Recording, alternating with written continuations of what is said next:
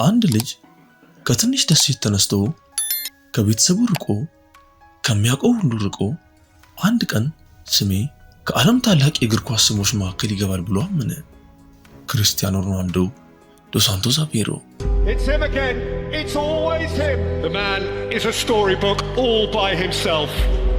There is no work of fiction more fanciful. Ronaldo, the greatest marksman in the history of the Champions League. Oh, genius! Absolute genius! Something close to genius. He's turned the tire up. A walking work of art.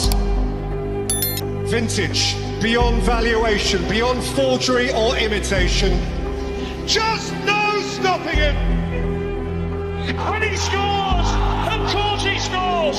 The greatest player in the history of Real Madrid, the finest goal scorer in the history of the Champions League, with ice running through his veins. He leaves no margin for improvement, this man. He's a gift from heaven, isn't he? He is truly a gift from heaven.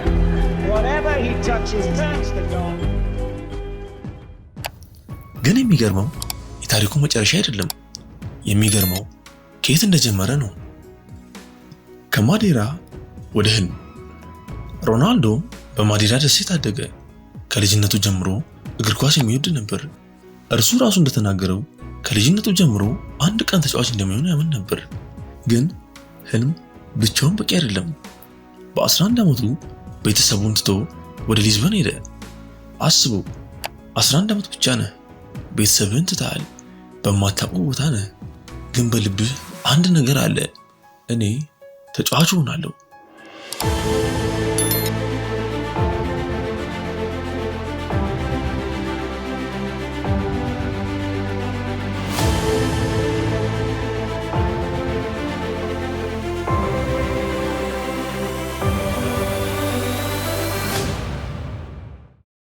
ስፖርቲንግ ውስጥ ገባ። ነገር ግን ወደ ትልቁ ደረጃ መድረስ ቀላል አልነበረም። ከቤተሰቡ ርቆ ነበር። ትንሽ ልጅ ነበር፣ ግን ህልሙ ትልቅ ነበር። በ15 ዓመቱ ስፖርቲንግ ቢ ጋር መሰልጠን ጀመረ። በ16 ዓመቱ ደግሞ ፈርስት ቲም ጋር መሰልጠን ጀመረ። አንዳንድ ሰዎች ተሰጥኦ አላቸው፣ ግን ሮናልዶ ተሰጥኦን ብቻ አልተማመነበትም። እሱ ራሱን ያሻሻለ ነበር። Ronaldo! Oh, he wouldn't do it again! He comes to life when the competition comes to life. Beautiful! Beautiful! Just no stopping him! A walking work of art. He comes to life when his team needs him. It's him again. It's always him. When in need, call 7. በ2002 ሮናልዶ የፕሮፌሽናል ካሪየር የመጀመሪያ ጨዋታውን አደረገ። ከዚያ በ2003 በዚያን ጊዜ ሁሉም ሰው ይህ ልጅ ምን ያደርጋል ብሎ ያውቁም ነበር። እሱ 28 ቁጥር ማሊያ መልበስ ፈልጎ ነበር፣ ግን ሰር አሌክስ ፈርጉሰን 7 ቁጥር ማሊያ ሰጠው። ያ ቁጥር ከዚያ በኋላ የሮናልዶ ስም ጋር ተያያዘ። And then Ronaldo! What a goal by Cristiano Ronaldo! Sensational! The greatest marksman in the history of the Champions League with an absolute beauty! My word, if you type up to us, all the Juventus fans around us are on their feet applauding. What an incredible sight you can see around the ground, not just the Real Madrid fans, the Juventus fans. ግን የስኬት ጉዞ ሁሉ ጊዜ ቀጥተኛ አይደለም። ሮናልዶም ተተችቷል፣ ተሳስቷል፣ ተሸንፏል። ግን እያንዳንዱን ትችት ወደ ስራ ቀየረው። እያንዳንዱን ውድቀት ወደ ተጨማሪ ልምምድ ቀየረው። እናም በቀስታ ያወጣ ተጫዋች ወደ ኮከብ ተቀየረ። ማንቸስተር ዩናይትድ፣ ሪያል ማድሪድ፣ ዩቬንቱስ፣ ፖርቹጋል፣ ከዚያም አልናስር። በየቦታው የተለያዩ ፈተናዎች፣ ግን አንድ ነገር አልተቀየረም፣ የማሻሻል ፍላጎቱ። Man with a number 7 on his back delivers the goods for Manchester United and when they needed it most. And Ronaldo delivers on the big stage when Juventus need it most.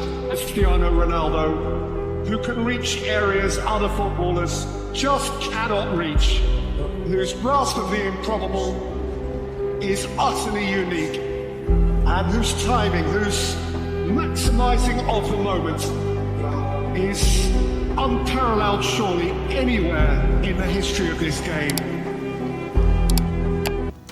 ዛሬ ሮናልዶ በአውሮፓ ሻምፒዮንስ ሊግ ታሪክ 140 ጎሎች ያሉት የውድድሩ የሁሉም ጊዜ ከፍተኛ አስቆጣሪ ነው። እንዲሁም 5 የሻምፒዮንስ ሊግ ፍጻሜዎች አሸንፏል። ከፖርቱጋል ጋርም 146 የዓለም አቀፍ ጎሎች በማስቆጠር የወንዶች እግር ኳስ የዓለም አቀፍ ጎል ሪካርዱን ይዟል። ግን እነዚህ ቁጥሮች ታሪኩ አይደሉም። ታሪኩ ከእነዚህ ቁጥሮች በፊት ነበር። Cristiano Ronaldo, the little boy from Madeira who made millions fall in love with the beautiful game. Cristiano Ronaldo, loved by millions, hated by some, feared by many.